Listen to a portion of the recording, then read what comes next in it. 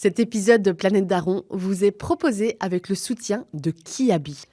Kiabi, c'est une marque familiale qui accompagne les parents, les enfants et tous les moments de la vie avec des vêtements confo, pratiques et surtout à prix mini. En Belgique, Kiabi compte des dizaines de points de vente. Alors il y en a forcément un près de chez vous. Et si vous préférez rester à la maison, pas de souci, vous pouvez habiller vos kids en quelques clics grâce à leur webshop.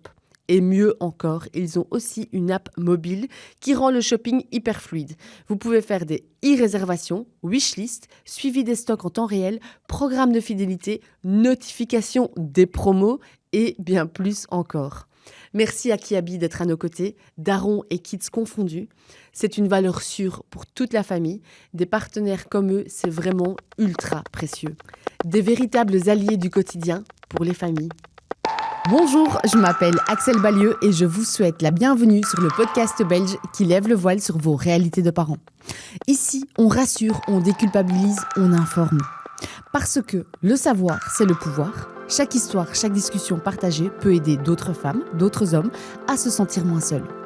Alors, ensemble, tissons des liens, brisons les tabous et faisons bouger les lignes. Ici, chaque voix, chaque histoire compte. Installez-vous et embarquez avec nous dans cette discussion. Clémence, c'est une histoire qui commence un peu à l'envers, ou plutôt à sa manière. Elle tombe enceinte après 1 mois de relation. Un choc, à peine le temps de se connaître et encore moins d'envisager d'être parent, la nouvelle la submerge. La peur s'installe.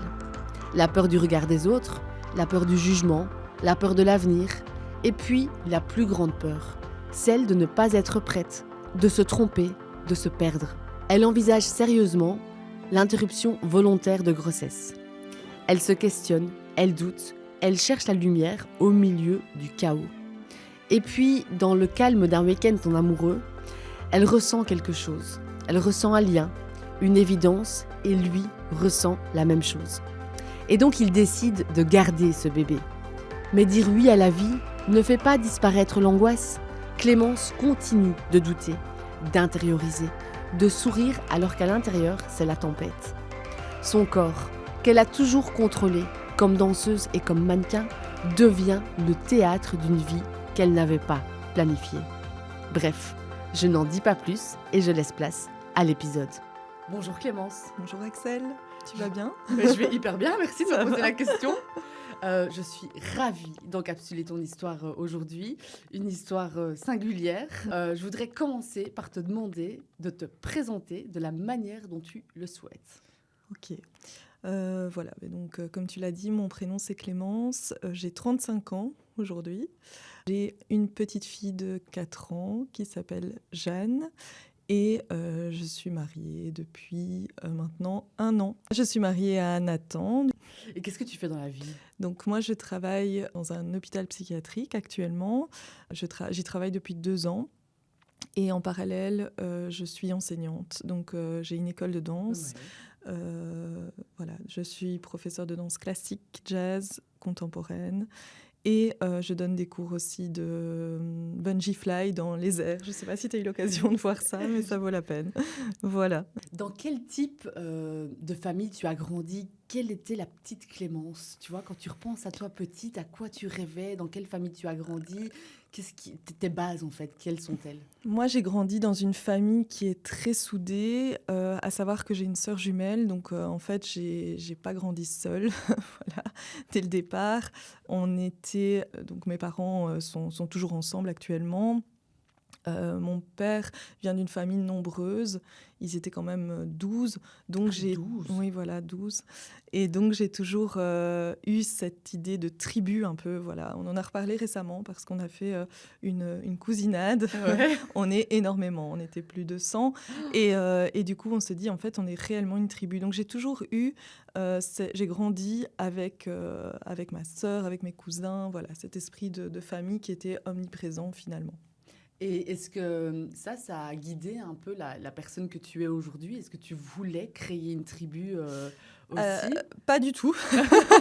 Pas du tout, parce que justement, moi, je suis l'opposé de cette... voilà, l'idée de la parentalité ne se présentait pas à moi. En tout cas, quand j'étais petite fille, c'était pas un rêve auquel j'aspirais particulièrement. Moi, ce qui me faisait vibrer, c'était justement l'aspect artistique, la scène, la création.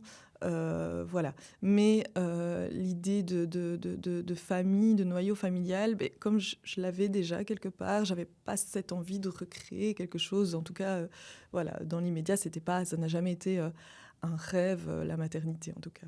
Mais du coup, ouais, vraiment, tu voulais t'accomplir, toi, dans ta carrière. Tu avais des grandes ambitions. J'avais des grandes ambitions. Je ne sais pas si elles étaient grandes, mais en tout cas, j'en avais. J'en avais dans la danse. Et aujourd'hui, je suis quand même assez épanouie aussi là-dedans. J'ai eu un métier finalement, assez peu commun. Donc, j'ai été mannequin pendant près de 10 ans aussi. Ça, c'était vraiment ton métier. Ça a été mon métier. Ça ne l'est plus à l'heure actuelle, mais ça l'a été. En parallèle, bien sûr, j'étudiais, mais voilà, c'était une vie assez un peu de saltimbourg. Enfin, je voyageais beaucoup. Je ne savais pas demain, le surlendemain, où j'allais être finalement, parce que dans ce genre de vie, on t'appelle la veille pour aller le lendemain. J'en sais rien, moi, au Mexique. Voilà, c'est toujours des voyages, toujours des choses de dernière minute qui se mettent en place et des projets. Voilà, ça a été une vie assez riche finalement, mais assez à côté de ce que j'avais pu, moi, connaître étant enfant, où j'avais cette stabilité, ce quotidien. Voilà, c'était tout l'inverse. Et j'ai voulu effectivement peut-être me détacher de ce noyau familial pour avoir ma propre identité, finalement. C'est ça. Que je n'avais... Enfin, voilà, en ayant aussi une sœur jumelle, on parlait de nous. On était finalement pas si fusionnels que ça, mais on a fait notre scolarité dans la même classe, etc. Et donc peut-être j'ai voulu me détacher de tout ça et avoir ma propre... Oui, je comprends. Parce que bon, ta carrière de mannequin, elle a commencé à quel âge ? Elle a commencé vers 17-18 ans, mais réellement j'ai vraiment travaillé là-dedans vers 23, 24, 25 ans. Ah ouais. Voilà. Et tu devais faire des études parce que, bon, déjà toute petite, tu rêvais de la danse, tu rêvais de la scène, tu rêvais des lumières. Est-ce que tes parents étaient tout à fait OK avec ça ou à l'inverse, ils t'ont quand même poussé de dire OK, tu peux faire ça, mais tu dois faire des études ? Moi, c'était je dois faire des études. Donc, j'avais vraiment une famille traditionnelle où mon père était très à cheval là-dessus et où finalement faire l'UNIF, faire l'université ou faire en tout cas des études était le seul choix qu'on avait possible. En tout cas, le seul choix digne de ce nom. Du coup, j'ai continué la danse en parallèle. J'ai eu quelques difficultés scolaires en secondaire où justement je voulais arrêter en fait et où mes parents m'ont dit voilà, il faut que tu continues, tu dois arrêter la danse. Et donc ça a été très compliqué cette période-là pour moi. Et puis après, j'ai repris de plus belle et j'ai continué mes études et en parallèle la danse. Et tu as pu faire la danse et le mannequinat ensemble ? Ça fitait bien ? Ça fitait. Les études universitaires, voilà, on n'est pas obligé de toujours être là. Ouais. Donc ça m'arrangeait bien aussi. Donc, et j'avais des très bonnes amies sur qui je pouvais compter qui me refilaient leurs notes. Voilà, j'étudiais dans les avions, etc. Parce que le métier de mannequin, c'est en fait savoir gérer l'attente. Parce qu'on est là, on attend, on ne sait pas quand est-ce qu'on va être pris en charge pour les défilés, quand est-ce qu'on va être maquillé. On nous demande d'arriver très tôt dans la journée. Donc en fait, j'avais tout le temps de me poser, d'étudier, de lire. Donc, en fait, ça matchait bien. Okay, les études universitaires avec le mannequinat. Pour moi, le mannequinat, c'était un job, certes, mais je voyais ça plutôt comme un job étudiant, même si ça a été vraiment un travail. Mais voilà, j'avais toujours un pied-à-terre au niveau de mes études. Et voilà. Ça rassurait aussi mes parents. Et c'était comment ce monde du mannequinat ? Quel rapport tu avais aux autres femmes, à toi-même, à ton corps ? C'était... On était toujours soumis à, finalement... On avait cette réalité du corps et ce jugement. On était soumis au jugement des gens qui travaillent dans les agences, qui nous disent... attention, ils ne parlent jamais en termes de kilos. Il parle en termes de centimètres, donc c'était tu dois perdre 2 centimètres de tour de hanche, 3 centimètres de tour de taille. Et donc ça équivaut quand même à pas mal de poids, parce que voilà. Et donc moi, j'ai toujours été dans un rapport au corps qui était assez compliqué, hein, déjà à l'adolescence, et encore plus du coup dans ma vie de jeune femme. Parce qu'en tant que danseuse aussi, En tant que j'imagine. danseuse aussi, mais je dirais encore même plus dans ce milieu de mannequin. Parce que tu es une toute jeune femme, Voilà. tu dois Ouais. t'accomplir, enfin, tu es en train de construire Mhm. toutes tes bases et tu as des gens qui en permanence te disent Te juge sur ton physique, ce que tu amènes, toi, pas sur ce que tu es en tant que personne, mais vraiment sur ton apparence. Et c'est... voilà, on parle de toi comme si finalement tu n'étais pas dans la pièce en disant oui, elle est trop ou pas assez. toi, tu Et vivais comment ça? j'ai essayé de prendre beaucoup de distance parce que c'était pas ma passion. Moi, ma passion, Ah. c'était la danse. Mhm. Moi, le mannequinat, bon, c'était, je te dis comme tout à l'heure, un job étudiant. Finalement, je voyais ça comme ça. Et donc, j'essayais vraiment de faire la part des choses entre ce que j'étais réellement et l'image que je pouvais projeter dans les défilés. Enfin, pour moi, c'était vraiment comme rentrer dans un rôle. J'étais ce jour-là un personnage, je défilais et puis je rentrais chez moi et c'était fini.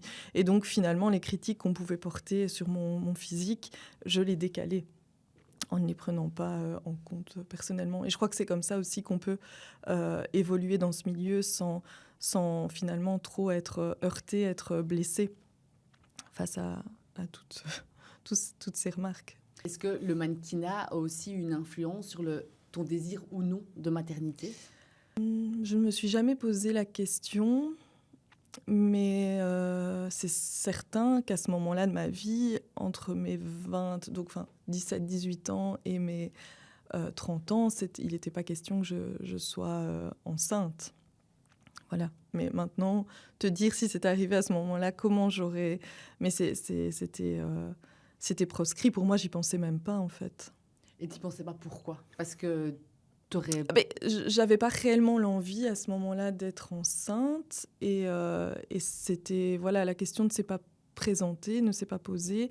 Et donc, voilà, j'avais pas l'envie et c'était pas une possibilité pour moi à ce moment-là. Ok.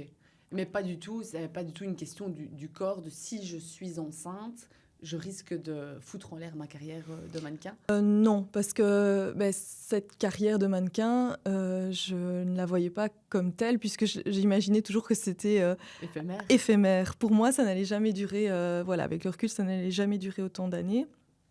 Et donc, j'y voyais vraiment à chaque fois une opportunité. Je disais, tiens, je suis choisie pour tel défilé, je suis choisie pour voilà, telle pub, Et à chaque fois, moi, c'était c'est chouette, mais c'était pas c'est pas un objectif en un soi. objectif de me dire, je dois absolument être parfaite pour rentrer dans les critères de ce qu'on me demande, finalement. Et au niveau de ton alimentation, est-ce que là, du coup, tu avais... Je mangeais très peu. Je ne m'en suis jamais rendue malade non plus. C'est-à-dire que je ne suis jamais tombée dans l'anorexie ou ce genre de... Voilà. Ça, mais je sais, j'ai côtoyé des amis qui faisaient très, très attention à ça. Mais moi, ça n'a jamais, heureusement d'ailleurs, ça n'est jamais devenu, en tout cas, problématique. Mais je n'avais pas le besoin de manger énormément. Sauf quand j'avais forcément plusieurs heures de danse, etc. Oui. Alors, je faisais attention, je faisais attention à mon alimentation, mais c'est jamais tombé dans les travers qu'ont pu connaître certaines de mes collègues. Et votre rapport entre femmes, c'était comment dans ce monde du mannequinat? T'avais vraiment des vrais amis? Il y avait malgré tout quand même de l'entraide. Parce que j'ai eu des moments pas faciles dans certains défilés où c'est parfois compliqué, on est fatigué par les voyages, etc. On ne comprend pas forcément la langue sur place. Voilà. Et j'ai toujours eu quelqu'un, voilà, une amie, on peut dire, une connaissance qui m'a aidée. Puisque de toute façon, on avait signé le contrat, donc on n'était plus en concurrence. Alors oui, dans les castings, ça c'est une autre approche, parce que là, on est encore en concurrence directe. Donc forcément, on se regarde l'une l'autre, qui va avoir le job, qui va être prise, Mais une fois que c'est signé, au final, voilà, on partait faire le job et on s'entraidait. Il y avait quand même pas mal d'entraide entre nous. Parce que donc là, aujourd'hui, tu es assistante sociale, mais à quel moment? Parce que bon, tu as fait tes études pendant toute cette période de mannequinat, tu as été diplômée à un moment donné, mais tu n'as pas du tout cherché un job dans le monde civil, si on peut dire, tout de suite. Pas tout de suite, mais pas non plus. Donc, en fait, j'ai d'abord fait mes études d'assistante sociale, puis j'ai enchaîné avec le master à l'université à Bruxelles. Et après, donc, en parallèle, j'ai toujours travaillé dans le mannequinat. Et puis, quand j'ai été diplômée de l'université, là, j'ai trouvé un job assez rapidement. Ah oui, et Mais tu faisais les deux alors? voilà, j'ai continué de travailler en tant que mannequin moins, parce que ça demande quand même d'être assez dispo. Mais j'ai travaillé aussi dans le monde civil, du coup, un job normal. Et alors, le week-end, voilà, je partais, c'était assez drôle comme ça, avec le recul. Et la danse, parce que cette école de danse, quand est-ce qu'elle est arrivée dans ta Elle vie? est arrivée très tôt, très vite aussi. En fait, j'ai commencé à donner des cours à 18 ans. Et j'ai commencé avec 7 élèves. Et puis après, j'ai voulu créer ma propre école de danse. Et donc, j'ai toujours donné des cours aussi en parallèle. Donc ça, c'est ma troisième vie, en fait. Parce que, voilà, quand je défilais pas, quand j'étais pas au boulot, je donnais cours. C'est mon côté un peu hyperactif, sans doute. Mais voilà. Et donc, ça s'est développé au fur et à mesure des années. Et aujourd'hui, voilà, j'ai une belle école de danse. Je donne aussi cours dans d'autres écoles. C'est ton école? C'est mon école de danse. Donc, que je dirige. Ça nécessite aussi beaucoup de temps, d'énergie. J'ai pas mal de professeurs maintenant qui ont rejoint l'équipe. Donc, j'ai appris aussi à déléguer, ce qui était très dur au début, mais ce qui est une force finalement. Et donc, aujourd'hui, je peux être fière de cette école, de mon école. Et en parallèle, je donne aussi des cours dans d'autres. Voilà. Mais c'est incroyable. Tu as vraiment 1000 vies, en fait. Voilà. Qu'est-ce que ça t'apporte, la danse? La danse, pour moi, c'est tout, en fait. Ça m'apporte une certaine sérénité, une certaine envie de toujours mieux faire, une certaine régularité aussi, une discipline. Voilà, ça me permet de m'évader aussi de mon quotidien. L'enseignement aussi m'apporte beaucoup cette reconnaissance, voir mes élèves évoluer, grandir finalement à travers la danse. C'est hyper enrichissant et c'est vraiment ce qui m'émeut le plus, quoi. Ouais. Voilà. Et si tu dois repenser à la Clémence petite fille, adolescente, et la Clémence d'aujourd'hui, mariée avec un enfant, quel est le gros changement que tu vois? Disons que je me suis un peu, je ne peux pas dire posée parce que ce n'est pas réellement le mot puisque je continue à courir un peu partout, mais cette maternité, cette famille m'a appris à apprécier aussi ce que j'avais. Parce que finalement, je ne suis jamais contente de ce que j'ai et je travaille beaucoup là-dessus, mais je veux toujours en faire plus. Et maintenant, actuellement, je peux dire que voilà, j'apprécie le temps que je passe avec ma famille. Je me dis que je suis finalement heureuse de vivre ces moments. Et ça me permet aussi d'éviter de vouloir faire plus. Enfin, j'essaye. Oui. Je travaille dessus. C'est pas toujours évident. Voilà. Et donc maintenant, est-ce que tu peux m'expliquer comment tu as rencontré ton mari? Alors, mon mari, disons qu'il m'a abordé comme beaucoup sur les réseaux sociaux dans un premier temps. À savoir que j'étais en relation à ce moment-là, donc voilà, j'ai pas forcément répondu tout de suite à sa demande sur les réseaux. Il a trouvé où je travaillais. Mais il t'a contacté genre coucou, c'est moi, et tout de suite t'as compris qu'il était intéressé, ou c'était juste il t'a rajouté sur Insta? Ah non, et voilà, il m'a rajouté. Au départ, c'était pas forcément en manifestant de l'intérêt direct en tout cas, mais on avait pas mal de connaissances en commun. Et donc après, quand il a trouvé un peu le lieu où je bossais, il est venu me voir sans me prévenir. Donc c'était assez étrange. Je me dis, oh, c'est qui Au début, je me dis, qui est cette personne et en fait, ça a tout de suite matché. Je lui ai tout de suite fait confiance. Enfin, c'était assez étrange, cette relation qui démarre. Bon, voilà, il me faisait des petits plats, etc. au début. Raconte-moi vraiment ce moment-là. Rentre dans les détails. Donc, en fait, voilà, le midi, on fermait les bureaux pour pouvoir prendre notre pause déjeuner. Et du coup, je vois un profil comme ça, suspect, derrière la porte. Je me dis, mais voilà, c'est encore un client. Et non, pas du tout, c'était lui. Et je le vois se retourner avec une petite boîte. Je dis, qu'est-ce qu'il veut? Et en fait, il m'avait amené de quoi manger. Et donc, on est sortis, on est allé se balader dans le parc, on a mangé à deux. On a commencé à discuter. Et, tu ne l'avais pas encore vu en vrai, en fait Non, je ne l'avais pas encore vu en vrai. Et c'était des échanges très brefs qu'on avait eus sur les réseaux sociaux. Et donc, le mec était déter, quoi. Au début, ça me faisait un peu flipper parce que tu te dis, c'est qui ce fou qui vient? En plus, comment il sait où je travaille? Bon, voilà, LinkedIn, sans doute, j'en sais rien. Mais voilà, pour ça, il a été quand même assez fort. Et moi, étonnamment, j'aurais pu fermer et claquer la porte et dire au revoir, ciao. Je me suis dit, bon, allez, je vais aller quand même... le pauvre, il a fait à manger quand même. J'espère qu'il n'a pas mis... Voilà, j'ai quand même déjeuné avec lui. Donc, on est allé manger, on a discuté. Et puis voilà, ça s'est bien passé. T'as eu un coup de foudre à ce moment-là? Pas encore. La première fois que je l'ai vu, on ne peut pas parler de coup de foudre. Je le trouvais avenant, je le trouvais intéressant. Mais on ne peut pas encore parler de coup de foudre. Lui m'a dit qu'il avait eu un coup de foudre, moi j'imagine, parce que voilà, c'est pas non plus très courant de faire à manger comme ça à quelqu'un que tu connais pas. Et puis, ok, ça se termine là. Puis le lendemain, le surlendemain, et encore, voilà, il m'apporte toujours des choses à manger. Je pense qu'il voulait. Et je dis, le voilà encore. Et puis ma collègue me charrie un petit peu, voilà. Et donc très vite, en fait. Et toi, tu étais en relation, en couple en donc, ce moment-là? j'étais en relation, mais pour replacer les choses, c'était le Covid aussi, donc la deuxième vague. Donc, moi, j'étais en appartement avec mon ex-compagnon. Et voilà, ça avait été très compliqué pendant le confinement. Notre relation se terminait clairement. Et donc, j'y ai mis un terme assez rapidement. Et du coup, on a continué à se voir avec mon mari. Et assez vite, il est rentré dans ma vie, en fait. Il a bien pris sa place.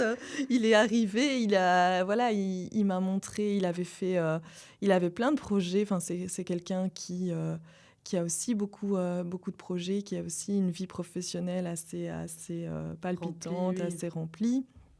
Et donc, voilà, on s'est vus très rapidement de manière assez répétée et on ne s'est plus quittés, en fait. Voilà.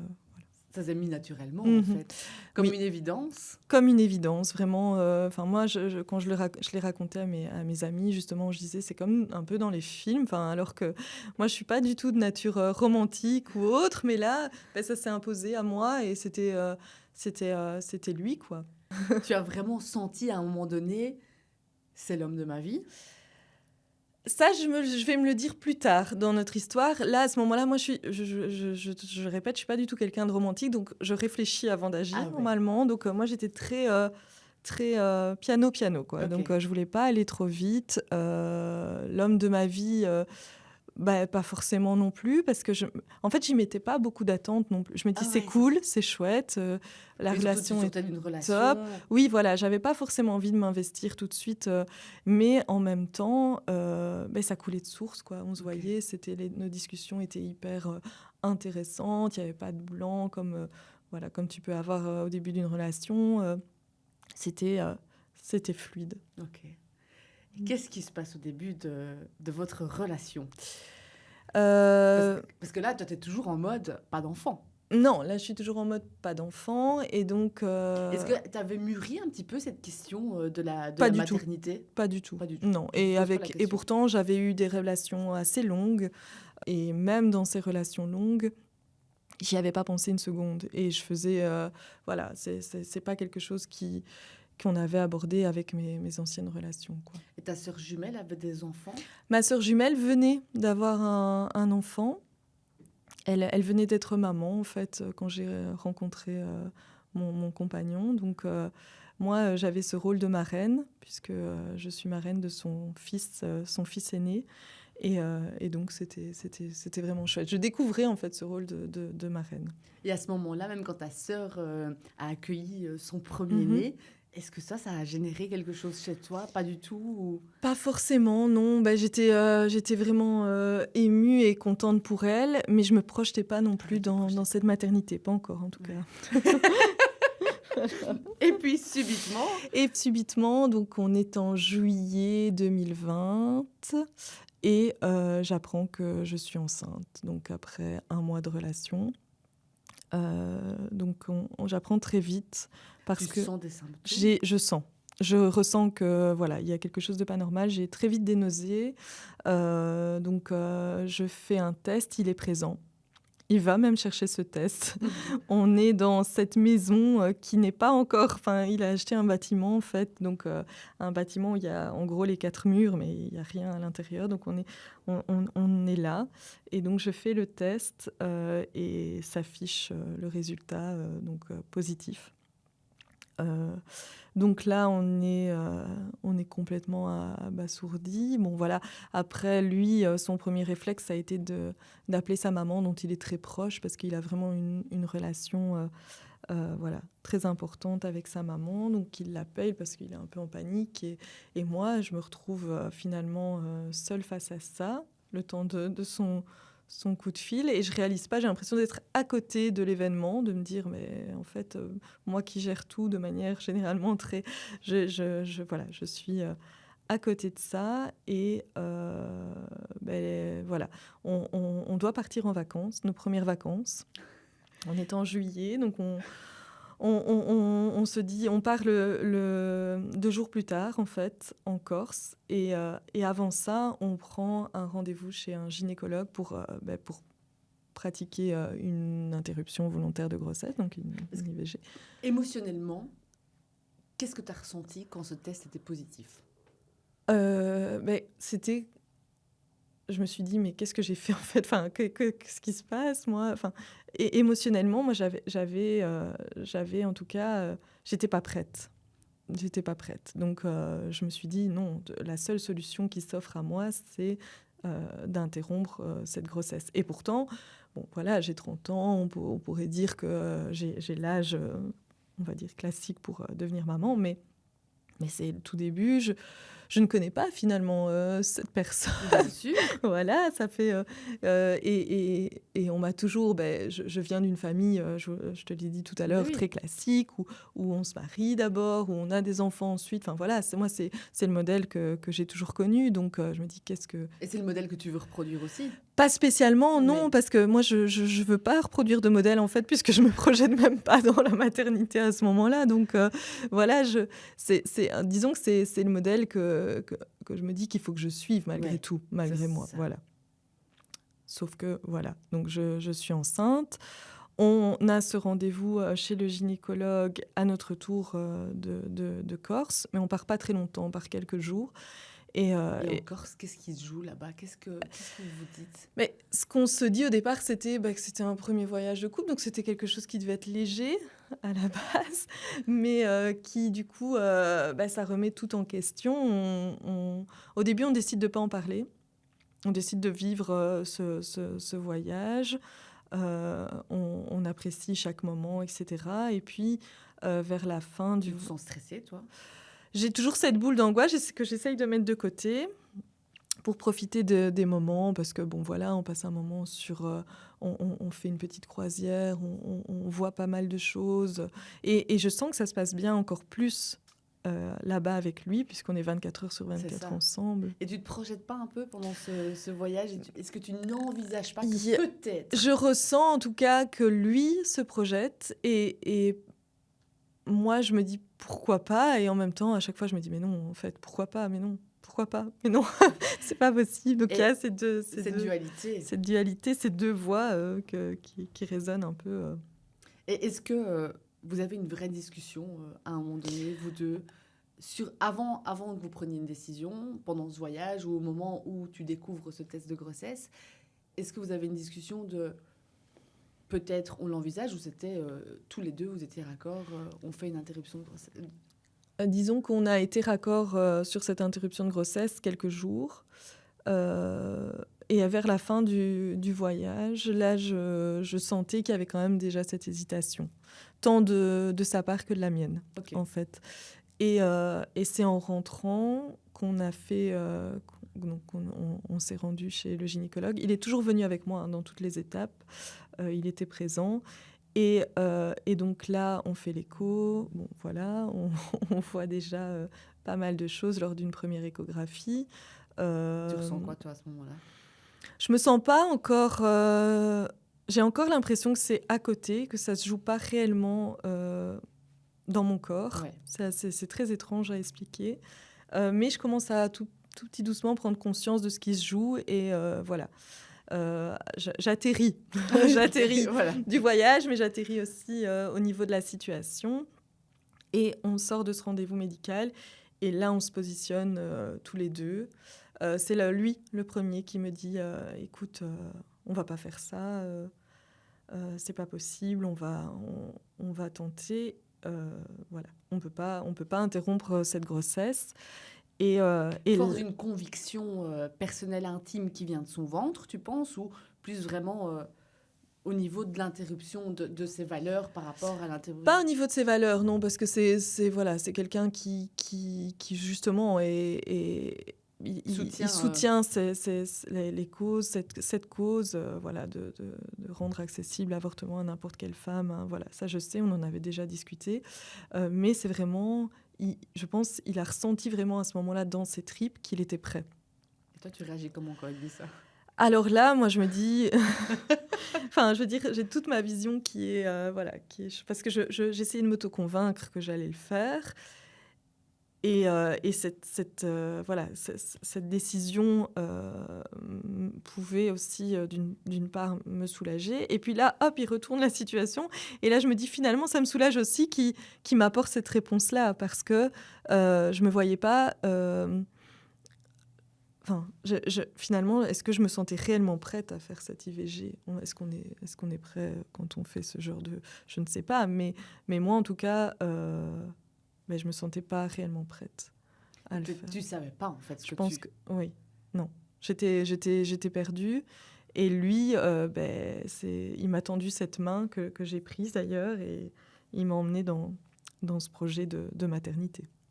Et est-ce que c'était plutôt au niveau professionnel, au niveau... Tu vois, dans ta tête, qu'est-ce qui est remis en question avec cette maternité qui se présente à toi ? C'est pas du tout au niveau professionnel, mais c'est vraiment, là, pour le coup, c'est notre couple. Ah oui.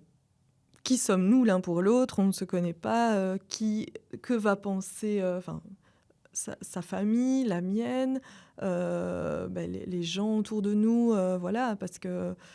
C'est quand même c'est quand même quelque chose qui se joue à ce niveau-là, en tout cas pour moi, de me dire, est-ce que je vais devoir mener cette maternité seule si à un moment donné, lui, parce que bon, voilà, il aurait pu très bien partir aussi au moment, parce que de dire, ok, on part vers une grossesse, mais puis finalement changer d'avis aussi au fur et à mesure de cette grossesse, parce que il voit que le ventre s'arrondit, que les choses finalement se concrétisent, prendre peur, ça aurait pu aussi... Oui, et puis vous ne vous connaissez pas. Toujours pas à ce moment-là. Et donc, élever un enfant ensemble, je connais pas encore sa personnalité totalement, quels sont les enjeux qui se jouent à ce moment-là. Il y en a plein. Donc, et vous habitez ensemble ? Non. On squatte ensemble parce qu'en fait, il y a cette maison qui est en plein travaux. Et donc, on est... Donc, j'ai quitté l'appartement dans lequel j'étais et je suis, on va dire, chez mes parents et en même temps chez lui, dans cette maison en travaux où il n'y a pas de cuisine, il n'y a pas de salle de bain, il n'y a pas de...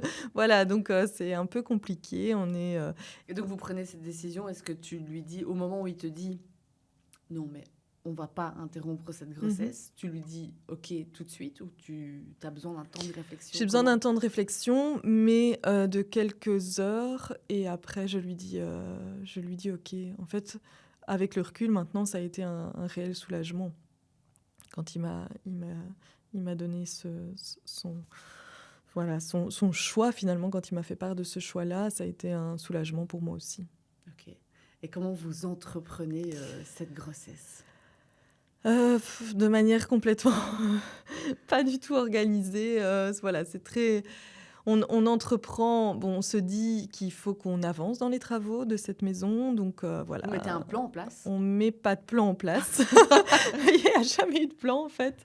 Mais voilà, on travaille d'arrache-pied pour faire avancer les choses.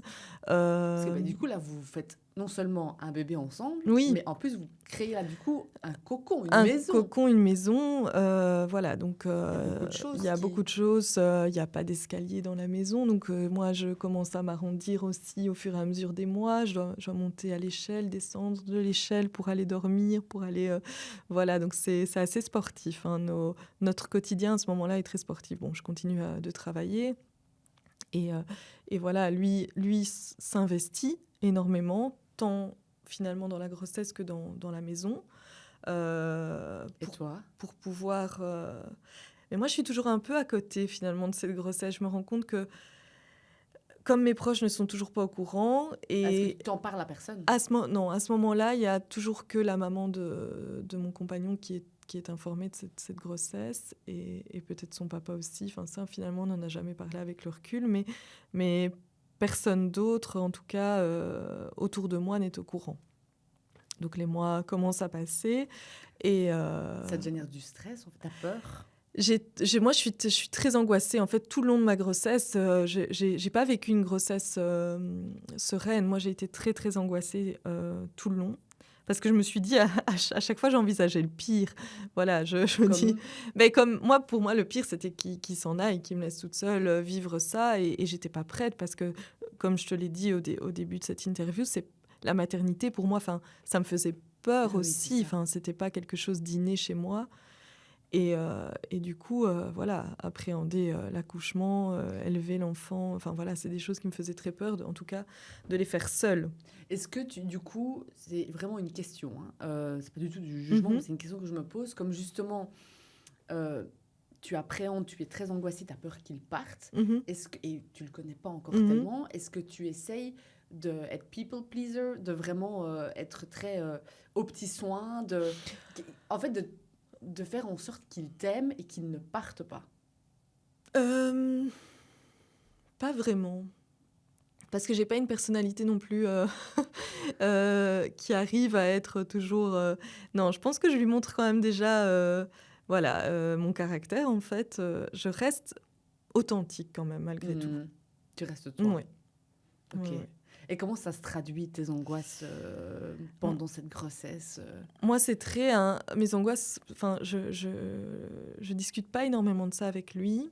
Ah, t'en parles pas? Parce que je veux pas générer davantage d'angoisse chez lui, en fait. Donc, je me dis, il a déjà ses angoisses, j'ai les miennes. Donc, à ce moment-là, bon, voilà, on échange sur la grossesse, sur comment ça se passe, etc. Mais à aucun moment, je lui fais part de mes angoisses, du fait qu'il pourrait éventuellement lâcher prise et partir. Ok. Et Ça, jamais je les nomme. Jamais. Non.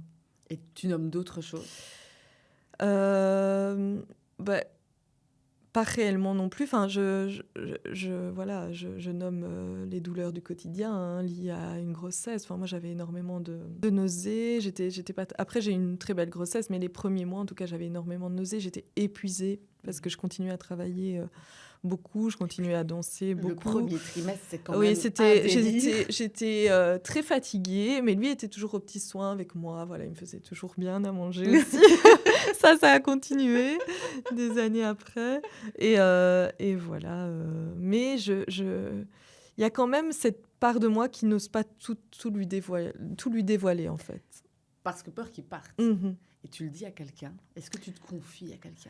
Mais à ce moment-là, je vais le dire de manière complètement, encore une fois, pas du tout organisée. Je vais le dire par SMS à une copine. Enfin, sur Insta, en fait.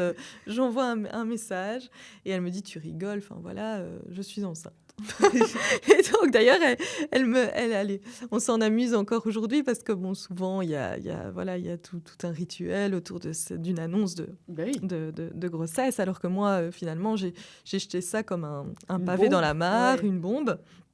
Et voilà, donc elles ont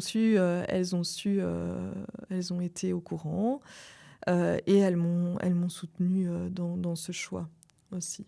Est-ce que pendant cette grossesse, tu te dis « Merde, j'ai fait une connerie » ? Non. Non.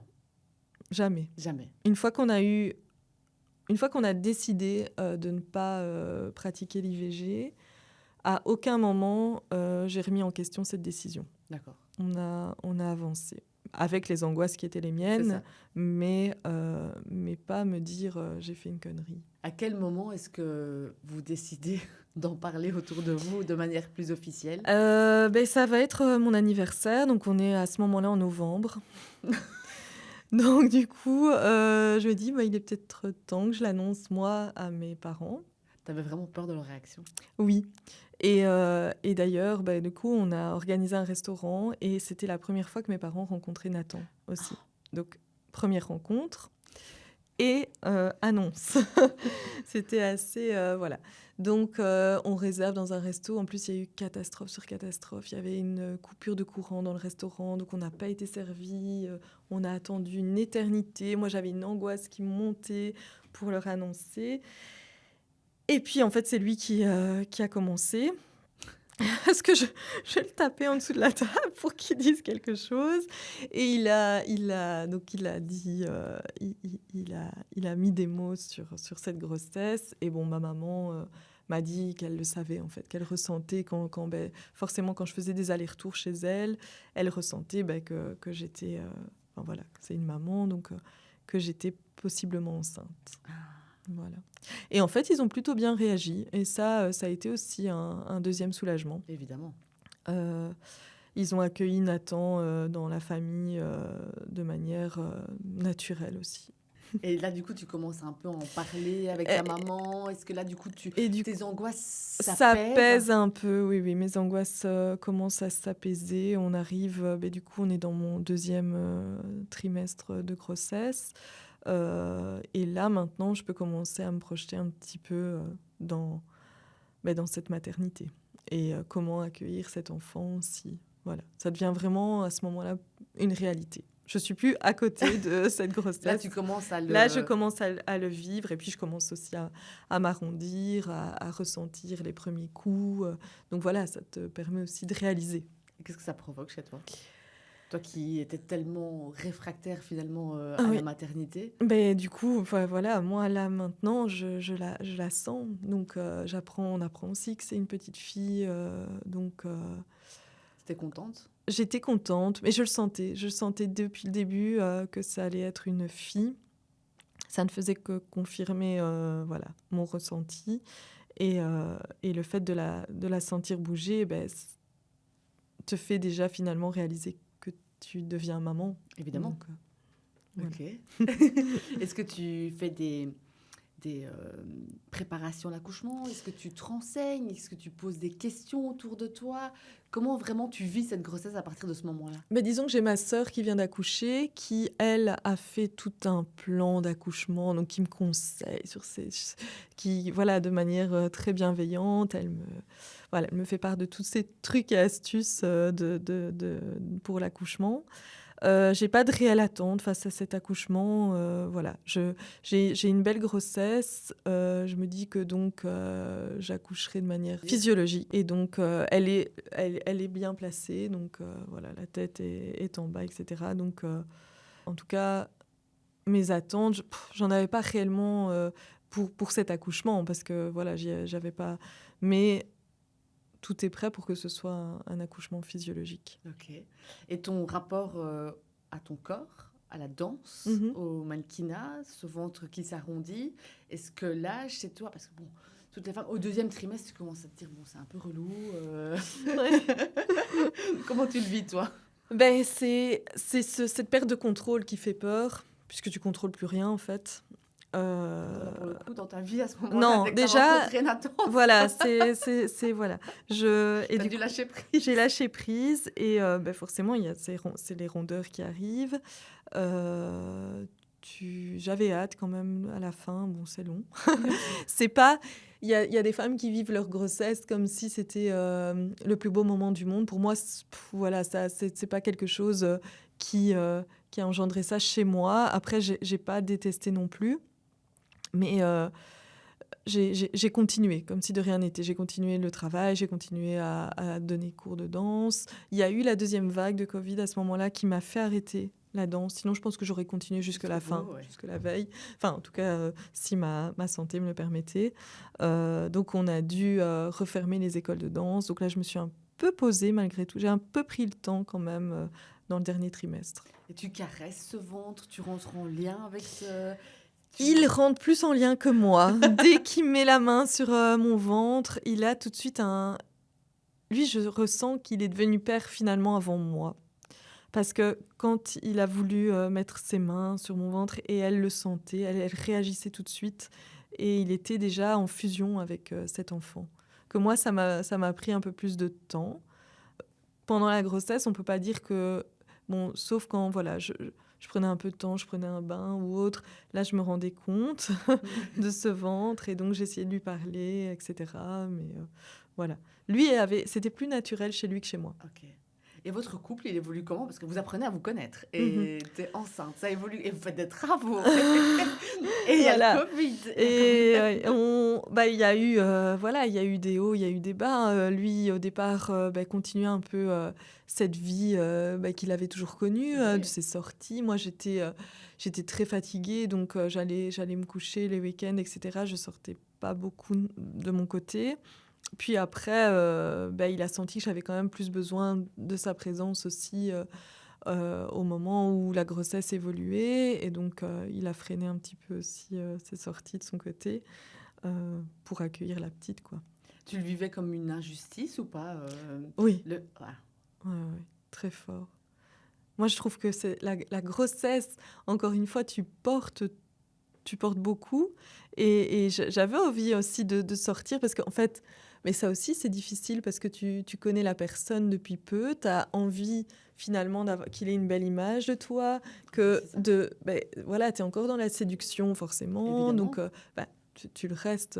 Mais tu as ce ventre qui grossit. Enfin, c'est assez... Et puis tu es freinée, tu n'as plus envie de sortir. Voilà, lui, il fait sa vie. Voilà, lui, il n'a pas encore non plus la réalité qu'il va devenir père parce que ça c'est pas quelque chose qu'il a mûri non plus. Donc forcément, tu peux pas non plus lui empêcher de sortir. Enfin, voilà, il y a un juste milieu à trouver.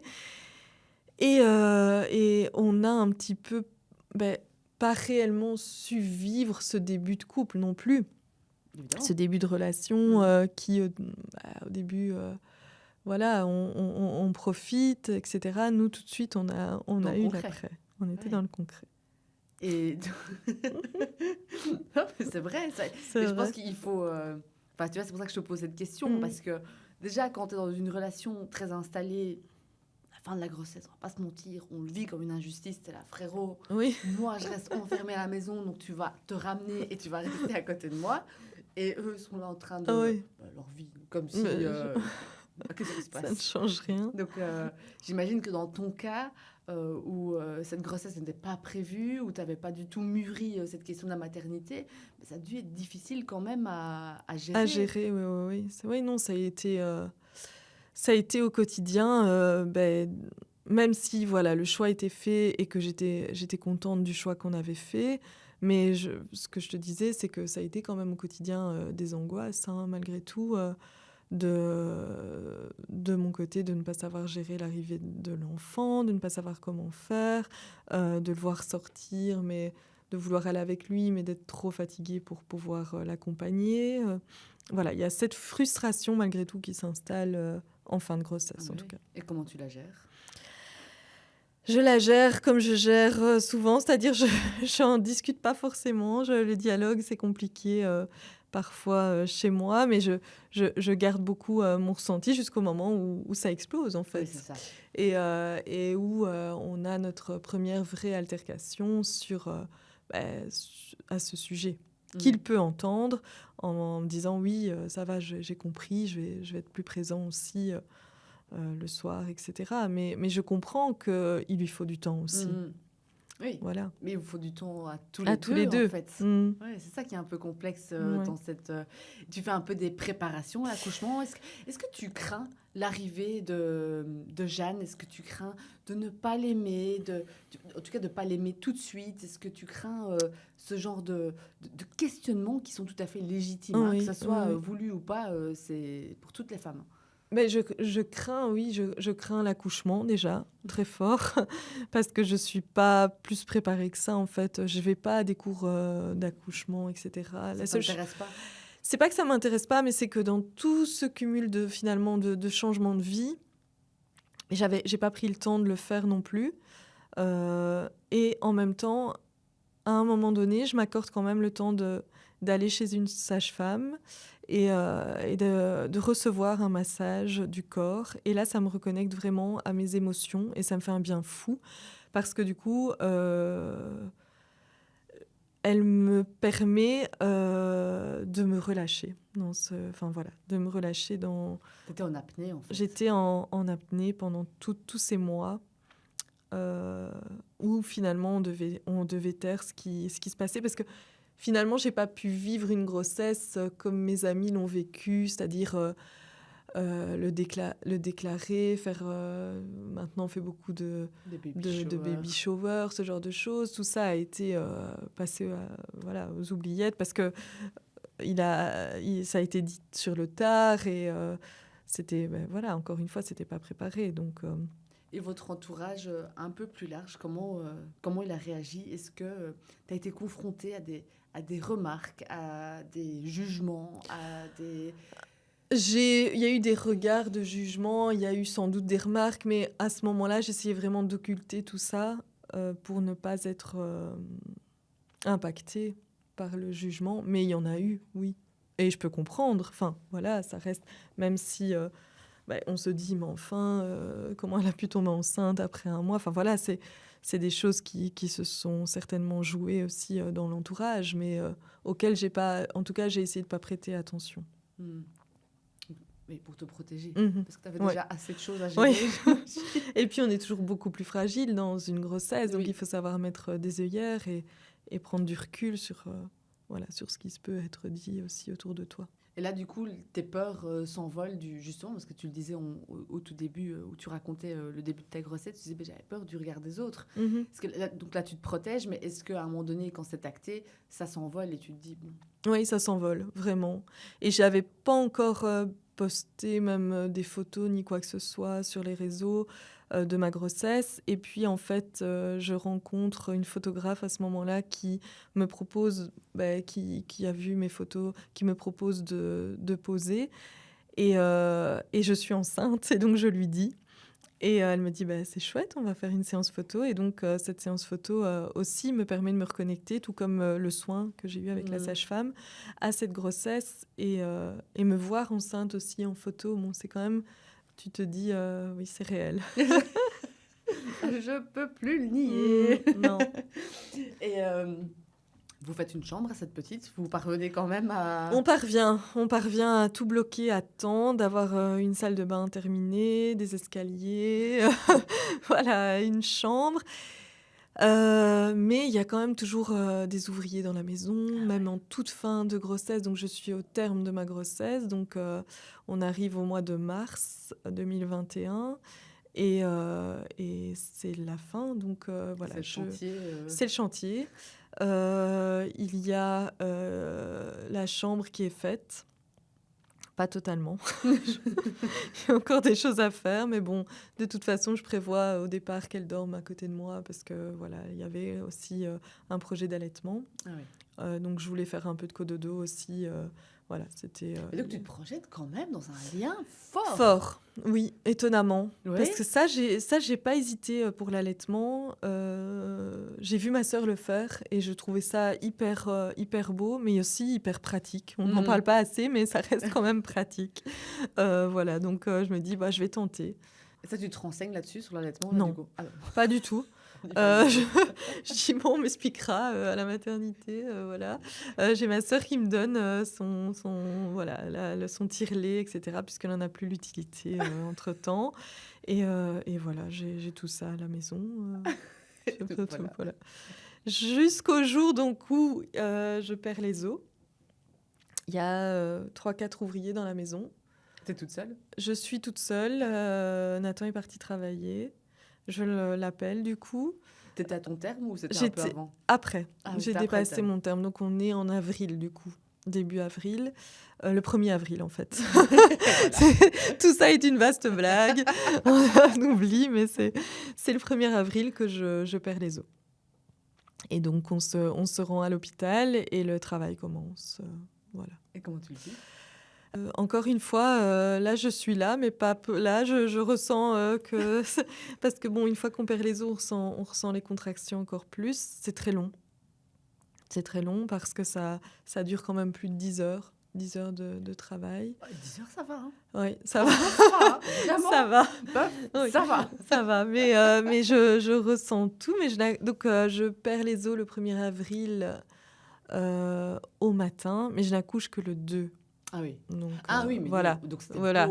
plus de 24 heures de Oui, travail. c'est ça, plus de 24 heures Ah. de travail, mais plus de 24 heures de travail en fait. Ah oui. Mais parce que ça, voilà, Parce qu'au début, quand tu perds les os, t'as pas les contractions. voilà, tout de j'ai pas les suite. contractions tout de suite. Mais je dirais que ça a duré. Enfin, quand je suis arrivée à l'hôpital, du coup, j'ai perdu les os, ils me gardent. Oui. J'ai dû prendre des antibiotiques puisque passé 24 heures, Oui. tu dois prendre des antibiotiques. Non, en fait, ça a été très long hein, quand même cet accouchement. Mais 24 heures. Voilà. Donc, c'est 24 heures de travail et puis elle arrive enfin. Et ce travail, tu le vis bien? Je le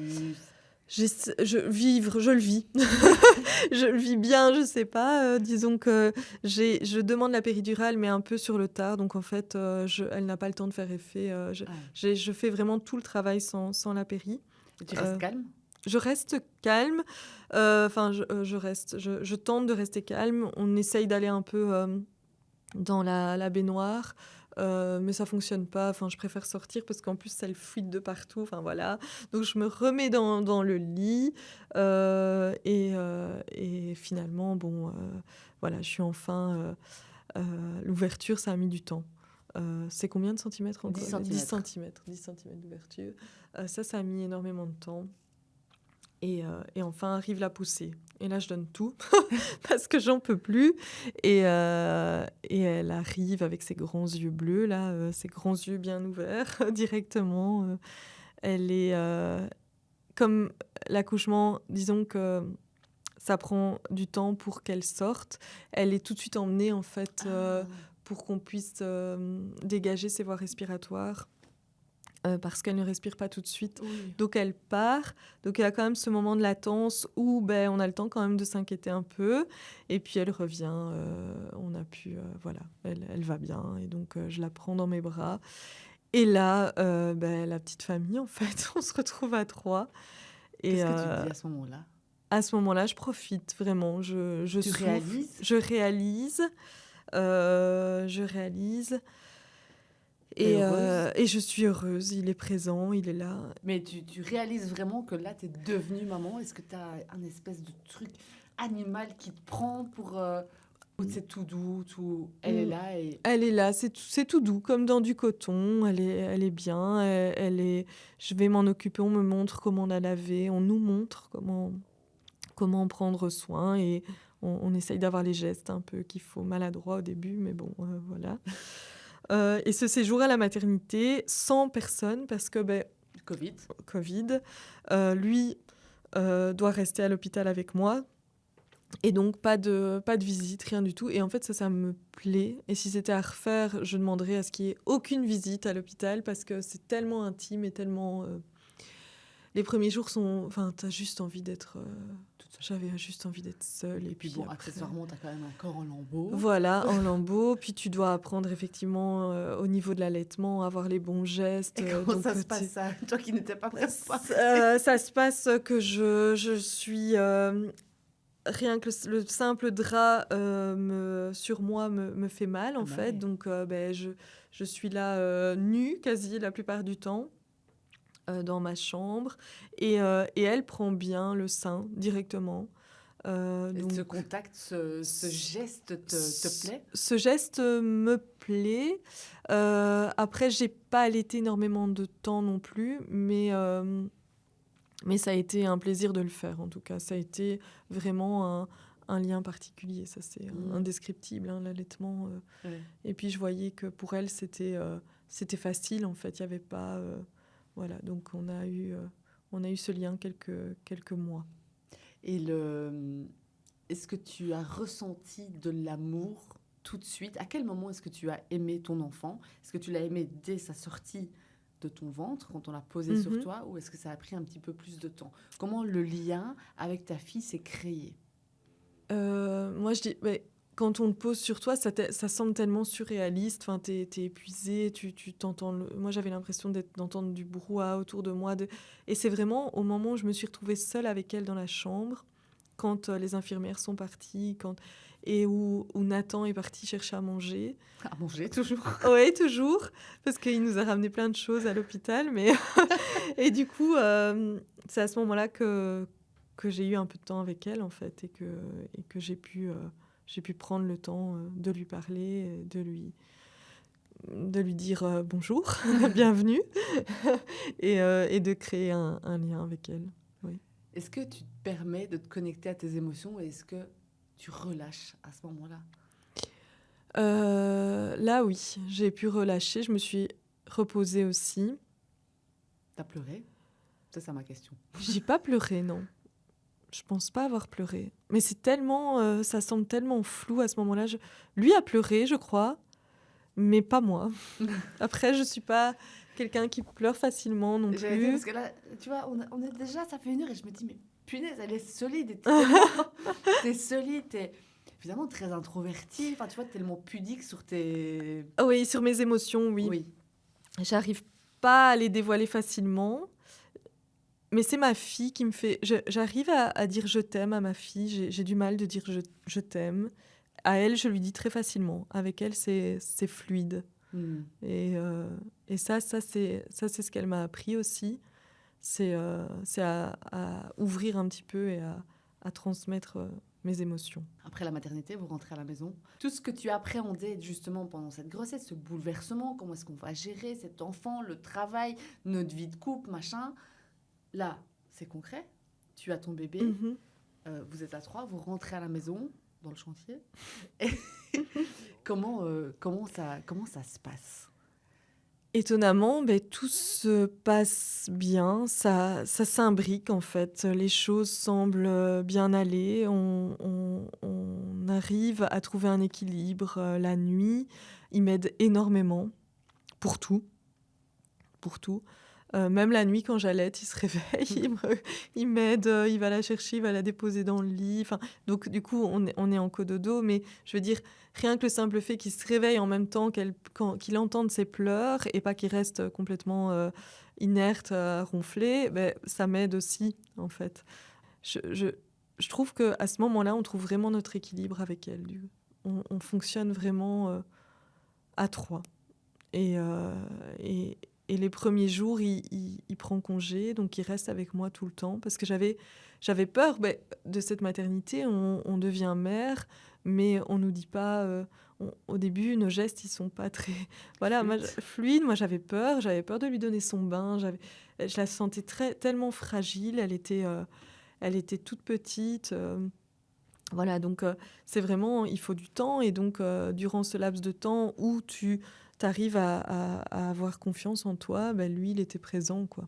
Oui, donc vous êtes vraiment, vous êtes une vraie équipe et vous Oui. investissez tous les deux à fond. À fond. Et peut-être que c'est justement la chance dans cette histoire, c'est que comme elle a débuté au tout début de votre relation, vous êtes hyper fusionnels en fait. Oui, lui, il est hyper fusionnel avec sa fille et limite plus que moi avec elle, ça c'est vrai. Ça te rassure peut-être? Ça me rassure et je lui laisse complètement sa place dans sa paternité. Et lui, je trouve qu'il a été finalement plus rapidement père que moi j'ai été mère. Ça c'est assez dingue parce que lui, on sentait vraiment l'implication qu'il avait, le changement donc dans sa vie Et il est devenu père avant moi, finalement.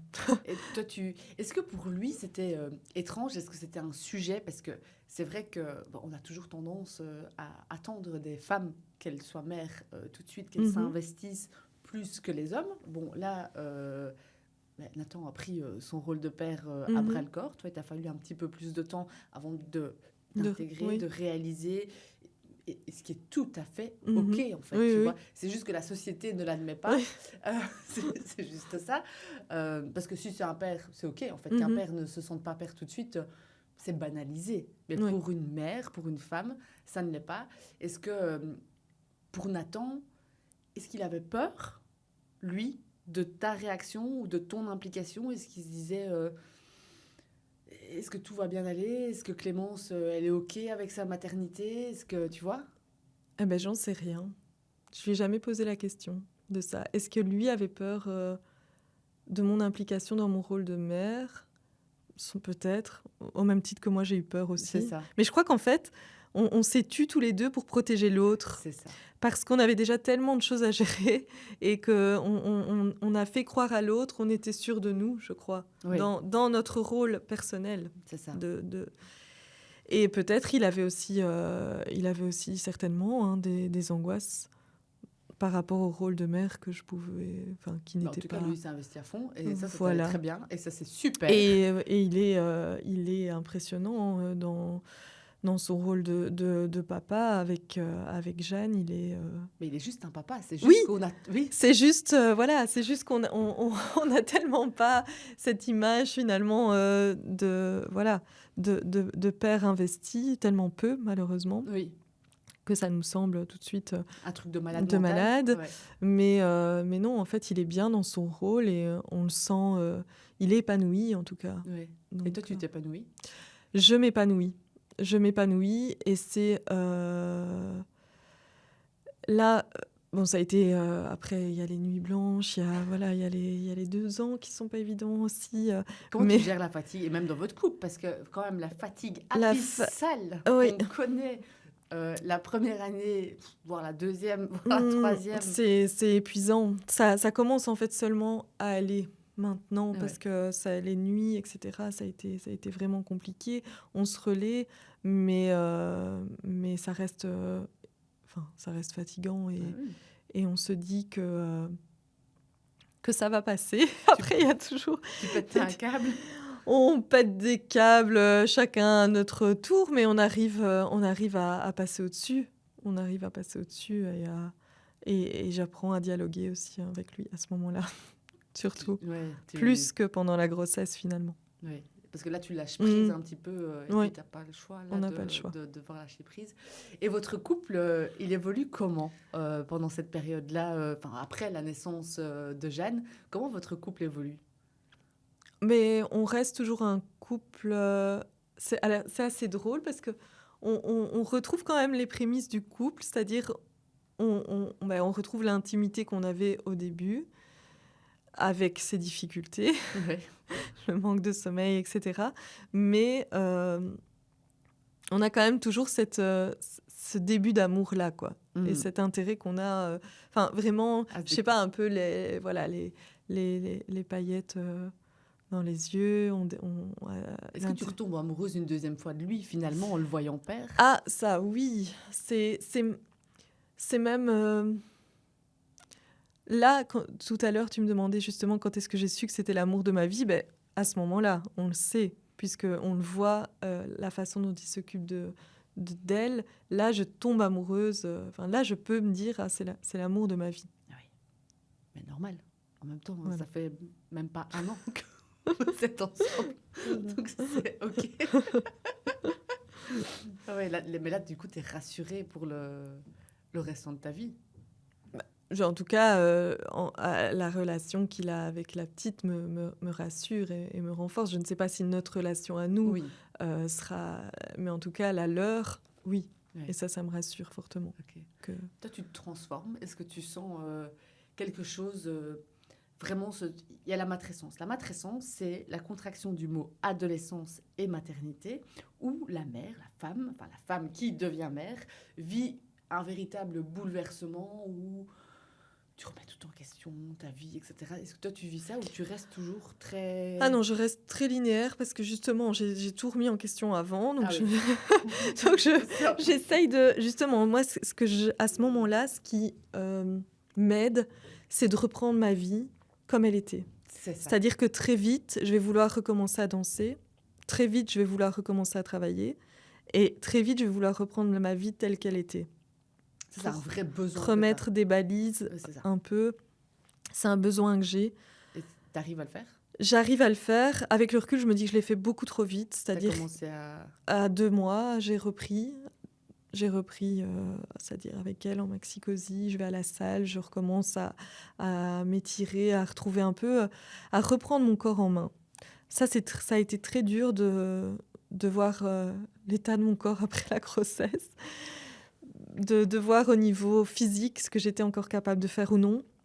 Et de tout reprendre à zéro, parce que c'est hyper contraignant au niveau du corps, de la souplesse, du cardio, etc. Je me suis réentraînée d'autant plus pour... T'as besoin de te prouver que... De me prouver, oui. Et la perte de poids a stagné à un moment donné aussi. T'as pris beaucoup de poids pendant ta grossesse ? J'ai pris une dizaine de kilos, donc ça allait encore. Mais je mettais beaucoup de contraintes après l'accouchement. Je voulais absolument rentrer dans mon jeans. Ça, c'est quelque chose, c'était un objectif. Une semaine après, et je me mettais beaucoup de pression par rapport à ça. Et beaucoup de pression par rapport à la reprise de mes activités. Mais tu y arrives ? J'y arrive. La petite va à la crèche ? Elle va à la crèche, je reprends le boulot après 3 mois et j'ai repris la danse après 2 mois et tout se remet en route. Parce que du coup, à l'inverse, chez toi, c'était pas... Alors, je vais essayer de bien le formuler. Ce que j'ai envie de te demander, c'est... Alors, tu as des mères, tu as deux teams. Tu as des mamans qui vraiment remettent son enfant à la crèche, c'est l'enfer. Retourner travailler, c'est l'enfer. Oui. Et toi, à l'inverse, c'était plus un déchirement de stopper toutes tes activités. Oui. Et du coup, là, un soulagement de pouvoir mettre Jeanne à la crèche. Ça a été difficile aussi, hein, parce que effectivement, quand tu reprends le boulot et que tu sais que ton enfant reste 8 heures à la crèche, etc. Mais après, vraiment, oui, ça a été... moi, je voulais retrouver ma vie d'avant. Ça te rassure, je ne voulais pas que ma maternité s'impose encore plus, encore davantage, puisque c'est quelque chose que finalement, j'avais pas non plus... décider. C'est ça. À cet instant-là. Mais oui. Même si j'ai choisi, mais je ne sais pas après si on peut faire une différence entre décider et choix. Mais oui, je voulais retrouver le contrôle de ma vie. Donc, et voir un petit peu comment ça allait se passer et ne pas avoir que cette maternité omniprésente. Vous arrivez à sortir et toi tu revois tes copines, tout ça, Très rapidement on ressort, on l'emmène partout avec nous. Ah oui, une semaine après, on part à la mer, on va voir des expos. Je me souviens d'une expo, elle était toute petite, elle avait quelques jours, on va au restaurant, elle nous suit partout en fait, elle a toujours tout fait avec nous, on revoyage aussi très vite, on fonctionne comme une famille, mais on ne se met pas de limites. Mais finalement, comme tu voulais tellement retrouver cette vie que vous n'avez pas encore réussi à créer ensemble, est-ce que du coup, ça t'a pas permis de lâcher prise justement sur tous les stress que les mères peuvent avoir quand leur nouveau-né est à quelques jours, il ne faut pas qu'il sorte, les microbes, le nain... Oui, sans doute parce que j'avais juste envie de pouvoir vivre ma vie et découvrir mon couple à l'extérieur aussi et faire des choses avec lui, avec elle. Et donc, on était vraiment tous les trois. Oui. Mais si je ne me trompe pas, je pense qu'à ce moment-là, il y a aussi une demande en mariage qui s'est glissée. Il y a une demande en mariage qui s'est glissée quelques années après. Donc, il m'a demandé en mariage en 2023. Donc, la petite avait 2 ans. Il me demande en mariage... Comment ça se passe ? On en discute avant. Vous en discutez. On en discute avant. Et encore une fois, c'est pas quelque chose dont je rêvais. En petite fille, je veux dire, me marier, etc. Comme la maternité, c'est pas des choses dont c'était dans ma checklist de vie. Ouais. Mais... En fait, ce qui m'a vraiment donné envie de me marier, c'est ma fille. C'est vraiment le fait de devenir maman et de me dire, je veux qu'elle voit que ses parents en tout cas, s'engagent dans cette union et symboliquement. Ouais. Et donc, c'est une discussion que vous avez. Et donc, c'est une discussion que j'ai. Et je me dis, on a la chance d'avoir nos parents respectifs qui sont encore là et ma grand-mère qui est encore là. Et je veux qu'ils soient présents à cet événement. Donc, je me dis, et je lui fais part de ça. Et je vois que lui, qui n'est pas non plus pour le mariage, parce que c'est pas quelque chose, c'est pas pour nous un symbole qui... Voilà, enfin, c'est important, mais je veux dire, c'est pas indispensable, le mariage, en sachant que mes parents sont mariés, mais les siens se sont mariés beaucoup plus tard, après leur relation. Enfin, voilà, c'est pas... Mais je vois qu'il entend. Enfin, je comprends qu'il entend et qu'il réfléchit.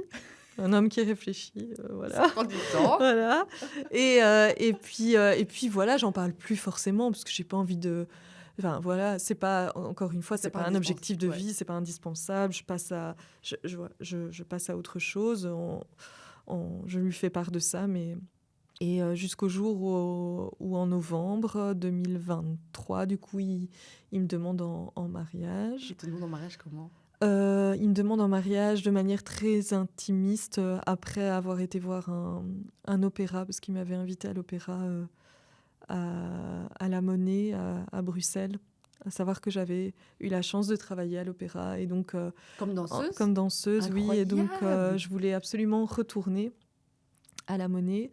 Et donc, après ce spectacle, il me demande en mariage, voilà, à l'hôtel où on réside cette nuit-là. Et donc, j'accepte. Et ça se fait encore une fois très vite, parce que quelques mois plus tard, donc, on se marie en 2 temps, en fait. On se marie en mai 2024 et en juillet 2024. Voilà. Donc, le fait d'être mariée, est-ce que ça a changé quelque chose Pas réellement, non, mais... Et de faire la fête tous ensemble. C'était ça qu'on voulait, en fait. Ouais. C'était juste passer un moment en famille, avec nos proches, pouvoir fêter finalement tout ce qui s'est enchaîné dans nos vies. Mais oui.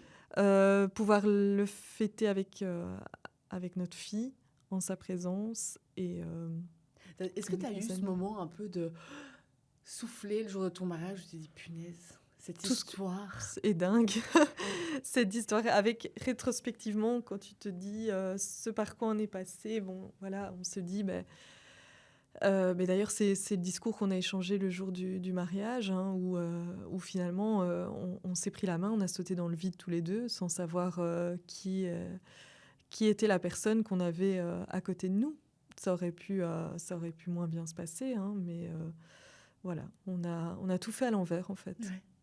Vous avez tout fait à l'envers. Oui. Et finalement, vous êtes toujours là. Et finalement, on est toujours là. Et si c'était à refaire, je pense qu'on referait la même chose. Voilà. Est-ce que je peux te demander si tu désires avoir un autre enfant ? C'est quelque chose dont on a pas mal discuté, parce que aussi, malheureusement, nous, en tant que femmes, on est pris par le temps qui passe. Et finalement, je trouve qu'on a quand même trouvé un si bel équilibre tous les trois que c'est pas quelque chose qui se pose maintenant. Et avec le recul, je me dis, faire le choix de tomber enceinte, c'est quand même un sacré choix aussi. C'est un sacré délire. Finalement, que ça se soit imposé à nous, c'était pas plus mal. Parce que peut-être que je serais jamais devenue mère. Peut-être que j'aurais jamais fait le choix de devenir maman. Et je me dis, ça m'apporte tant de choses maintenant. La maternité, c'est tellement enrichissant. Tellement, j'ai envie de dire, même presque pour moi, en tout cas, je parle en mon nom, hein, indispensable, cette maternité. Enfin, ça me comble que c'est bien qu'elle se soit imposée à moi, parce que faire le choix de devenir mère, même si je l'ai fait de par... Oui, mais bien sûr. Je veux dire, là, ça s'est imposé.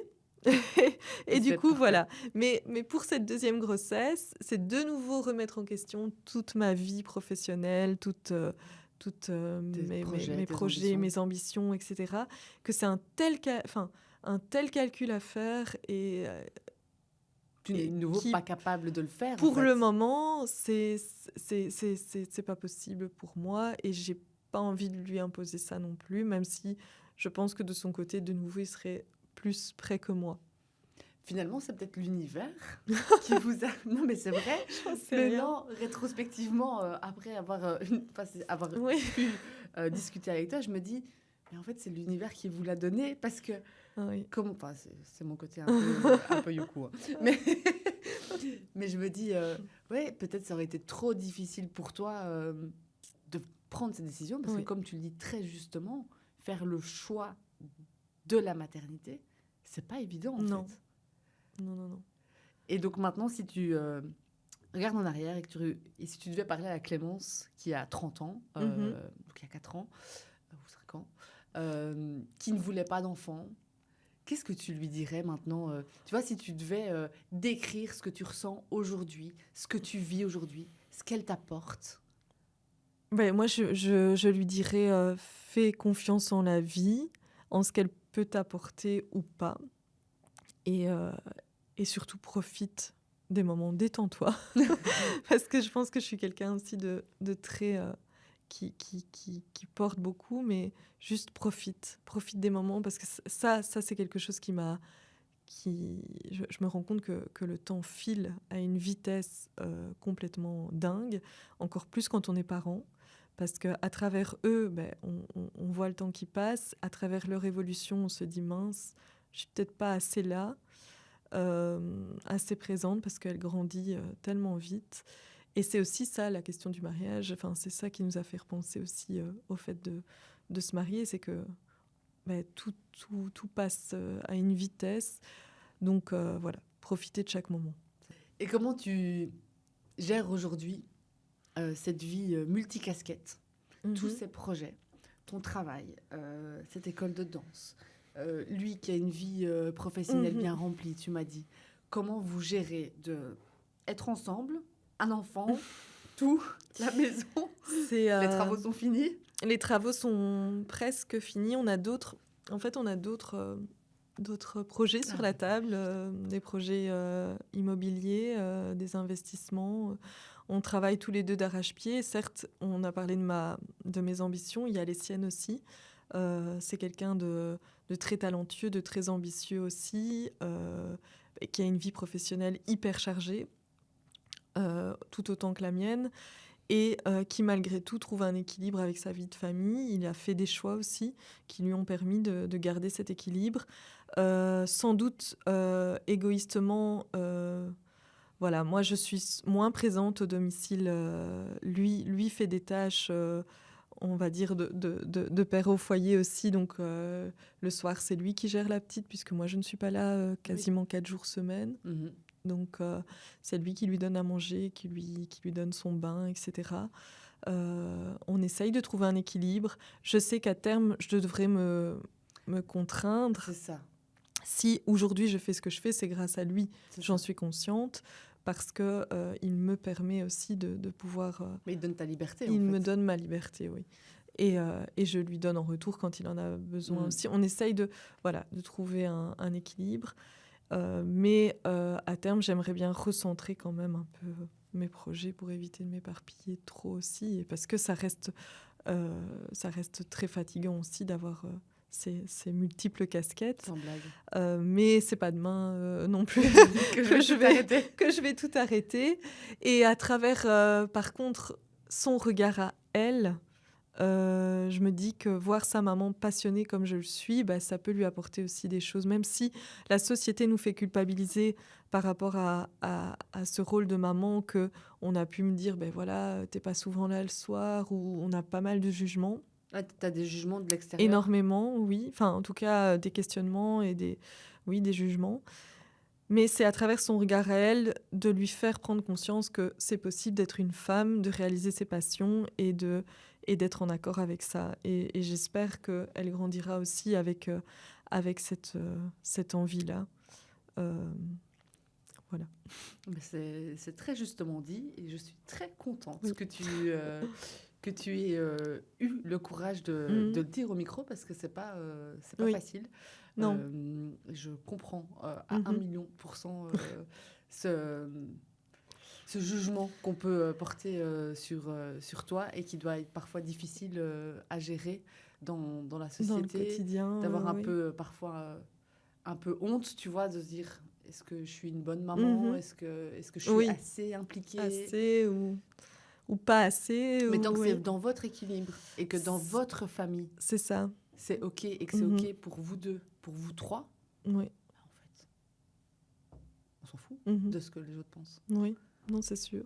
Mais en tout cas, je pense que c'est un beau message que tu fais passer et que du coup, j'espère que ça va pouvoir déculpabiliser d'autres mamans qui... Oui, j'imagine que je ne suis pas la seule dans le cas. Et c'est vrai que la société nous fait culpabiliser sur l'école. Je n'ai pas le temps d'aller, moi, la chercher à l'école, par exemple. Donc, bon, il me voit peu. Bon, ça, j'ai pu avoir aussi... mais malgré tout, voilà, on a ce fonctionnement-là. Et à un moment donné, peut-être, effectivement, je ralentirai pour elle, mais pour ce que les gens pensent, ça, je m'en contrefiche. Voilà. Mais ce n'est pas pour autant que c'est pas parce que tu vas pas chercher ta fille à l'école ou que tu n'es pas disponible le soir pour lui donner à manger ou la mettre au lit, que tu n'es pas une maman impliquée, investie dans la vie de ta fille. Ah oui, non. Non, c'est certain que voilà, on communique énormément.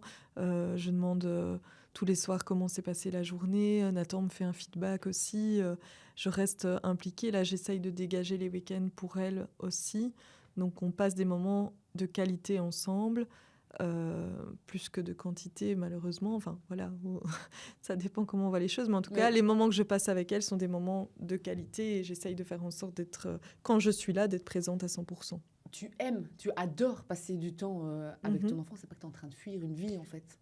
Non, c'est pas que je suis en train de fuir le domicile familial, mais c'est juste que j'ai vraiment, vraiment besoin de la danse pour m'épanouir, au même titre que quelqu'un d'autre aurait besoin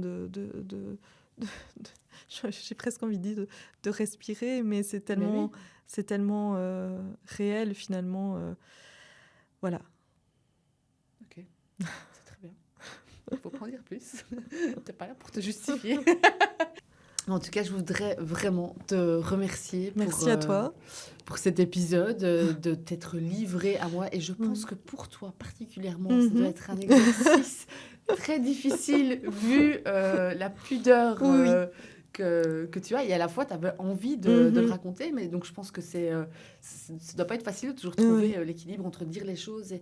Enfin, du coup, tu es sortie de ta zone de confort. Quoi. Oui, complètement. Aujourd'hui, complètement. Et en même temps, si ça peut aider certaines futures mamans qui se sont retrouvées dans la même situation, pourquoi pas aussi. C'est pour ça que je voulais le faire. Alors, on embrasse très fort Jeanne, Nathan et toi. Et je vous souhaite tout le bonheur du monde. Que vous épanouissiez tous les trois dans vos vies respectives et à trois. Et à très bientôt, Clémence. À bientôt. Voilà. C'est déjà la fin de cet épisode de Planète Daron. J'espère qu'il vous aura plu, touché, rassuré, déculpabilisé ou peut-être même inspiré. Si c'est le cas, n'hésitez plus à le partager autour de vous et à vous abonner. Vous pouvez aussi noter le podcast sur votre plateforme d'écoute. Bref, c'est vraiment, mais alors là, vraiment la meilleure façon de me soutenir et de faire grandir ce podcast. Merci d'être là. Et puis, surtout, si cet épisode existe aujourd'hui, c'est aussi grâce à Kiabi. Une marque qu'on aime parce qu'ils habillent les familles avec style sans faire exploser le budget. Merci à eux pour leur soutien, leur engagement au quotidien auprès des parents. Et surtout, prenez soin de vous, vraiment soin de vous. À très vite pour un nouvel épisode. Axe.